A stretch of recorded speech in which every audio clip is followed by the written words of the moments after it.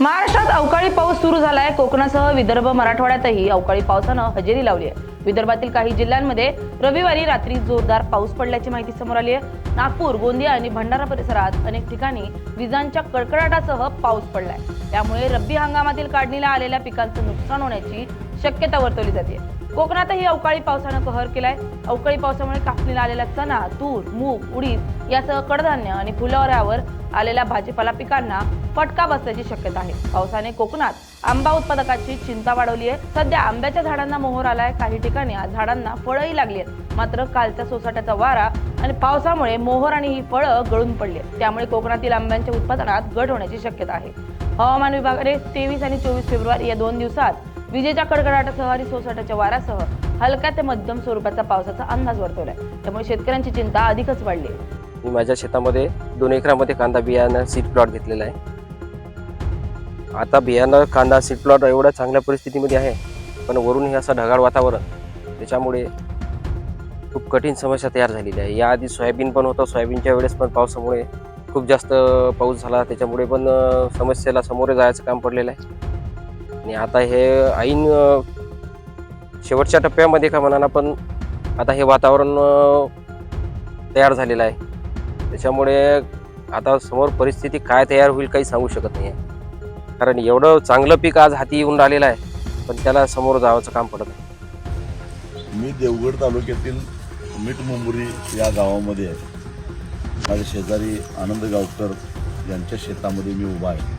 ही त्या कलमं आंब्याची त्यांचीच आहे।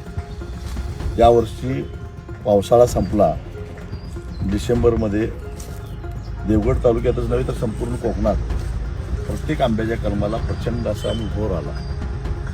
मोहर आल्यानंतर शेतकरी सुखावले। वर्षापेक्षा चांगला मोहर आलेला होता, त्यामुळे आंब्याचं पीक चांगलं येणार ही स्वप्न रंगवत शेतकऱ्यांनी अगदी तळहाताच्या फोडाप्रमाणे या सगळ्या कल्पना जपायला सुरुवात केली, फवारणी केल्या। परंतु नंतर वातावरणामध्ये काय बदल झाला ना शेतकऱ्यांना कळालं, ना त्यांना औषधं पुरवणाऱ्या औषध कंपन्यांना कळालं। 4-4, 5-5 फवारण्या करून सुद्धा आपण बघतो की या आंब्याच्या कलमापैकी एकाही झाडाला कुठं आंबा लागलेला दिसत नाही। मोहर तर सगळा गळून गेलेला आहे। म्हणजे 1% तरी उत्पादन निघेल का नाही अशी परिस्थिती। आंबाच मला अजून दिसलेला नाही। मी 1 तास झाला शोधतोय, एकही आंबा मला झाडाला दिसलेला नाही, अशी परिस्थिती दिसते। आणि या ठिकाणी जर बघितलं तुम्ही तर काळी बुरशी सगळी तुडतुडा याच्यामुळे आलेला आहे। एवढंच नव्हे तर खाली जमिनीवर सुद्धा सगळी बुरशी पडले, काळी जमीन काळी झालेली आहे। हे औषधाने झालं की हा नेमकं कशामुळे झालंय, पण हा एका शेतकऱ्याचा प्रश्न आहे।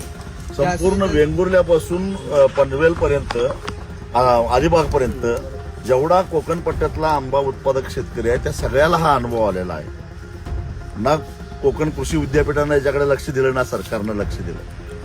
खरं तर अतिवृष्टी झाली, शेतकऱ्यांचं मोठ्या प्रमाणामध्ये नुकसान झालं, त्याच्यासाठी आम्ही अनेक आंदोलनं केली, मोर्चे काढले, पण कोकणातल्या शेतकऱ्याकडे कुणाचं लक्षच नाही। आज आंबा उत्पादक शेतकरी ज्यानं 20-20 लाख रुपये कर्ज काढलेले आहेत आणि आता 50,000 रुपयाचा सुद्धा आंबा निघत नाही अशी परिस्थिती आहे। या अशा शेतकऱ्यांनी करायचं काय? आता वर्ष काढायचं कसं? खर्च तर करून झाला, परंतु उत्पन्न शून्य, अशी अवस्था आज आंबा उत्पादकांची झालेली आहे। सरकार मात्र गांभीर्यानं याकडे बघायला तयार नाही। म्हणूनच आज देवगडमध्ये आम्ही आंबा उत्पादकांचा मेळावा घेतलेला आहे। त्याचे पंचनामे चालू आहेत असं मी ऐकलं। नुसतं पंचनामे करून तोंडावर हात फिरवू नका। सरकार काय करणार आहे? कारण एक प्रकारची त्सुनामी आहे।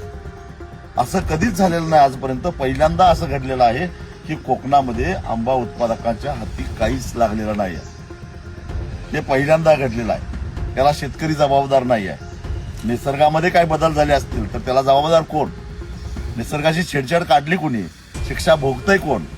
याही प्रश्नाचं उत्तर कोकणातला शेतकरी मागतोय आणि ते उत्तर द्यायची जबाबदारी राज्यकर्त्यांची आहे। आता मात्र कोकणातला शेतकरी गप्प बसणार नाही, एवढाच मी इशारा देतो।